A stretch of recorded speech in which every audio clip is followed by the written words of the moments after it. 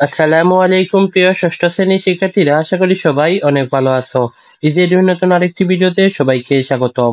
আজকের ভিডিওতে আমরা আলোচনা করব তোমাদের গণিত বিষয়ের অষ্টম অধ্যায় তত্ত্ব ও উপাত্ত। এই অধ্যায়ের উপর আজকে হচ্ছে পর্ব 5। যারা গত পর্বগুলো দেখো নাই, তোমাদের দেখার সুবিধার্থে এই ভিডিও ডেসক্রিপশন বক্সে একটি প্লেলিস্টের লিঙ্ক দেওয়া আছে। সেই প্লেলিস্টে গেলে তোমরা সকল পর্বের লিঙ্ক একসাথে পেয়ে যাবে। তো প্রিয় শিক্ষার্থীরা, আমরা গত পর্বে অনুশীলনীর 12 নম্বর প্রশ্ন পর্যন্ত আলোচনা করেছিলাম। তো আজকে আমরা 13 থেকে শুরু করব। তো সবাই খাতা কলম নিয়ে ভিডিওটি প্রথম থেকে শেষ পর্যন্ত কন্টিনিউ করতে থাকো। তো প্রিয় শিক্ষার্থীরা, সবাই স্ক্রিনে লক্ষ্য করো। 13 নম্বর প্রশ্ন বলছে তথ্য উপাত্ত কি উদাহরণের মাধ্যমে উপস্থাপন করো। তো প্রিয় শিক্ষার্থীরা, চলো আমরা 13 নম্বর প্রশ্নের সমাধানটি দেখে আসি। তো প্রিয় শিক্ষার্থীরা, এই যে এখানে 13 নম্বর প্রশ্নের সমাধান দেওয়া আছে। তো যেহেতু একটি থিওরি প্রশ্ন, তো তাই তোমরা এগুলো রিডিং করে নিবে। আমি আর রিডিং করলাম না, ভিডিওটি অনেক লং হয়ে যাবে। তো আমি জাস্ট এখানে উত্তরগুলো তোমাদের দেখিয়ে দিচ্ছি, তোমরা চাইলে স্ক্রিনশট নিয়ে রাখতে পারো। তো তারপর এই যে এখানে একটি ছক দেওয়া আছে, এই ছকটা তোমরা এটা স্ক্রিনশট মেনে নিবে। তারপর এই যে তো প্রিয় শিক্ষার্থীরা, তারপর এই যে 14 নম্বর প্রশ্নটিও তোমরা এই যে স্ক্রিনশট নিয়ে রাখো। এই যে 14 নম্বর, তো যেহেতু একটা থিওরিক্যাল প্রশ্ন, এখানে তোমাদের এই যে সংক্ষিপ্ত প্রশ্ন আসতে পারে। তো পরবর্তীতে আমরা এই যে 15 নম্বর প্রশ্ন সমাধান করব। তো এখানে একটা সৃজনশীল প্রশ্ন দেওয়া আছে। এখানে এই যে উদ্দীপক দিছে, এখানে ক নম্বর প্রশ্ন বলছে এই উপাত্তগুলো কি বিন্যস্ত উপাত্ত। অর্থাৎ এই যে এখানে উপাত্ত দেওয়া আছে কয়েকটি সংখ্যা, এগুলো কি বিন্যস্ত উপাত্ত কি এটা জানতে চেয়েছে ক নম্বর প্রশ্নে। তো এই যে তোমরা লক্ষ্য করো, 30 এই হচ্ছে ছোট, তারপরে যে 40, অর্থাৎ ছোট থেকে বড়, আবার এই যে 40 থেকে 35 এটা হচ্ছে বড় থেকে ছোট। তাইলে আমরা বলতে পারি এটি একটি অবিন্যস্ত উপাত্ত। তো এই যে এখানে বলা আছে যে যে সকল উপাত্তসমূহ মানের অর্ধক্রম বা ঊর্ধ্বক্রম বা অর্ধক্রম অনুসারে সাজানো তাকে বিন্যস্ত উপাত্ত বলে। প্রদত্ত নম্বর সমূহের ঊর্ধ্বক্রম বা অর্ধক্রম কোনোভাবে সাজানো নেই। অর্থাৎ এই যে আমরা ঊর্ধ্বক্রম মানি যে ছোট থেকে বড়, আর অর্ধক্রম মানি যে বড় থেকে ছোট। তাহলে এখানে যে বড় থেকে ছোট, আবার ছোট থেকে বড়, মানে এলোমেলো ভাবে সাজানো আছে, তাই আমরা এটাকে বলতে পারি এটা অবিন্যস্ত উপাত্ত। তো এই যে এখানে বলছে যে বিন্যস্ত উপাত্ত নয়। তাই বিষয়টা তোমরা প্রশ্নের সমাধানটি বুঝতে পেরেছো। তারপর খ নম্বর প্রশ্ন বলছে উপাত্তগুলো অবিন্যস্ত হলে বিন্যস্ত করো। অর্থাৎ এই যে উপাত্তগুলো, এগুলো যে অবিন্যস্ত আকারে সাজানো আছে এখানে, এগুলোকে বলছে যে এখন বিন্যস্ত উপাত্তে সাজাতে। তো এই যে আমরা এভাবে লিখবো, উপাত্তগুলোকে দুইভাবে বিন্যস্ত করা যায়।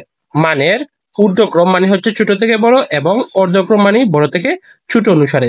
তো তোমরা যেভাবেই সাজাবে সেভাবেই তোমাদের অ্যান্সারটি হবে। তো এখানে মানের ঊর্ধ্বক্রম অনুসারে সাজানো হয়েছে, অর্থাৎ ছোট থেকে বড়। তো এই যে এখানে 30, তারপর এইভাবে ছোট থেকে বড় আকারে চলতেছে। তারপর এই যে এখানে 100 পর্যন্ত মানে শেষ হয়েছে। তারপর এই যে অর্ধক্রম অনুসারেও সাজানো হয়েছে। তো এখানে এই যে অর্ধক্রম মানে কি, বড় থেকে ছোট। এই যে 100 থেকে শুরু হয়েছে, আর ছোট হচ্ছে 30। তো এই ছিল ক নম্বর প্রশ্নের সমাধান। পরবর্তী নেক্সট প্রশ্ন হচ্ছে উপাত্তগুলোকে মানের ঊর্ধ্বক্রম ও অর্ধক্রম অনুসারে সাজাও। অর্থাৎ বলছে যে মানের ঊর্ধ্বক্রম ও অর্ধক্রম অনুসারে সাজাতে। তো একই প্রশ্ন এখানে আবার রিপিট হয়েছে, তো তাই তোমরা এটা সমাধান করে নিও। তো প্রিয় শিক্ষার্থীরা, এই ছিল 15 নম্বর প্রশ্নের সমাধান। তোমরা বুঝতে পেরেছো। তো পরবর্তী নেক্সট কোয়েশ্চন হচ্ছে 16 নাম্বার। এখানে বলছে তোমার শ্রেণীর 15 জন ওজন উপস্থাপন করো এবং গড় নির্ণয় করো। তো এখানে বলছে যে 15 জনের ওজন উপস্থাপন করতে এবং এদের গড় নির্ণয় করতে বলা হয়েছে। তো এই যে প্রথমে এখানে লিখবে আমাদের শ্রেণীর 15 জন এর ওজন কেজিতে। অর্থাৎ এখানে তোমরা যে কোনো সংখ্যা ধরতে পারো। এখানে 42, অর্থাৎ তোমার যে 15 জন শিক্ষার্থী নিবে, সেইখানে যে ওজন, তাদের এই ওজন গুলো এখানে লিখবে। তো তারপর কি করব, আমরা গড় নির্ণয় করব। তো কিভাবে গড় নির্ণয় করব, যে গড় নির্ণয় সূত্র হচ্ছে উপাত্ত সমূহের সমষ্টি ভাগ উপাত্তগুলোর সংখ্যা। তো এই যে এখানে উপাত্ত গুলো দেওয়া আছে, এগুলো আমরা কি করব, সমষ্টি অর্থাৎ যোগফল নির্ণয় করব। তো যোগফল নির্ণয় করলে আমরা পাবো 752, এটা লিখবো উপরে, আর নিচে লিখবো উপাত্তের সংখ্যা। অর্থাৎ এখানে হচ্ছে কত, 15 জন, তাই যে 15 দিয়ে ভাগ করলে আমরা পাবো 50.13। অতএব নির্ণয় গড় 50.13। আগে পেশে তোমরা 16 নম্বর প্রশ্নের সমাধানটি বুঝতে পেরেছ। তো নেক্সট কোয়েশ্চন হচ্ছে 17 নাম্বার। বলছে এখানে নিম্নলিখিত উপাত্তগুলো মানের মধ্যক নির্ণয় করো। এই যে উপাত্তগুলো দেওয়া আছে এগুলো কি করব, মধ্যক নির্ণয় করব। তো চলো আমরা মধ্যকগুলো নির্ণয় করে আসি।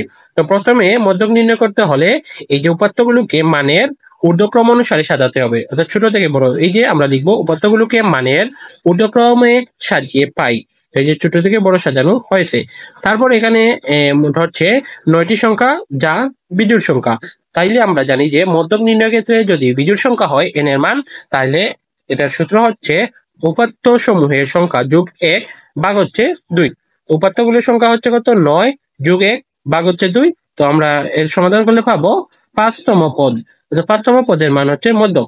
এই যে প্রথম, দ্বিতীয়, তৃতীয়, চতুর্থ, পঞ্চম, অর্থাৎ এই যে 10, এই 10 হচ্ছে মধ্যক। এই যে মধ্যক। আগে পেশিকতা তোমরা এটার প্রশ্নের সমাধান বুঝতে পেরেছো।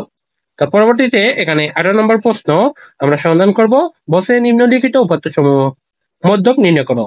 অর্থাৎ এই যে আবার সেম ইকুয়েশন, জাস্ট এখানে এই যে উপাত্তগুলো চেঞ্জ করে দেওয়া হয়েছে। তো এখানে আমরা লিখবো যে উপাত্ত সমূহকে মানের ঊর্ধ্বক্রম। প্রথমে আমরা যে কোনো মধ্যক তাকে ঊর্ধ্বক্রম অনুসারে সাজাবো। তো এই যে এখানে ঊর্ধ্বক্রম মানে কি ছোট থেকে বড় আঁকানো সাজানো হয়েছে। তারপর এখানে মোট আছে 10টি উপাত্ত। তাই আমরা এখানে লিখবো এখানে উপাত্ত সমূহের সংখ্যা হচ্ছে 10, যা জোড় সংখ্যা। অর্থাৎ আমরা পূর্বেরটিতে পেয়েছিলাম বিজোড় সংখ্যা, আর এটাতে আমরা পাচ্ছি জোড় সংখ্যা। তাহলে এই যে মধ্যক নির্ণয়কে যে জোড় সংখ্যা হয়, তাহলে কোন সূত্রটি ইউজ করব, মধ্যবর্তী দুটি সংখ্যার সমষ্টি ভাগ হচ্ছে 2। অর্থাৎ এই যে 10কে যদি আমরা 2 দিয়ে ভাগ করি তাহলে কত, 5 আর 6। অর্থাৎ তো এই 5 ও 6 পদের সমষ্টি হচ্ছে আমাদের মধ্যক। তো এখানে যে আমরা পঞ্চম এবং ষষ্ঠ পদ কোথায়, একটা এই যে প্রথম, দ্বিতীয়, তৃতীয়, চতুর্থ, পঞ্চম, এই যে এটা হচ্ছে পঞ্চম আর এটা হচ্ছে ষষ্ঠ। এই যে এই দুইটা হচ্ছে পঞ্চম এবং ষষ্ঠ। তো এখন আমরা কি করব, এই দুইটা লিখবো এখানে যে 1050 যোগ 1100 ভাগ দিব 2। তাহলে আমাদের অ্যান্সার হবে কত, এখানে যে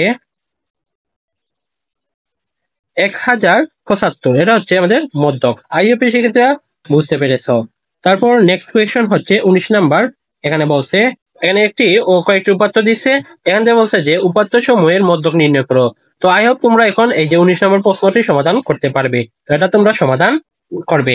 তারপর আমি এই যে 20 নম্বর প্রশ্নটি, এখানে কি বলছে যে উপাত্তগুলোর মধ্যক নির্ণয়। তো সেম কোয়েশ্চন এটাতেও বলছে কি মধ্যক নির্ণয় করতে। তো তোমরা প্রথমে কি করবে, মধ্যক নির্ণয় এই যে উপাত্তগুলোকে মানের ঊর্ধ্বক্রম অনুসারে সাজাবে, অর্থাৎ ছোট থেকে বড়। এই যে ছোট থেকে বড়।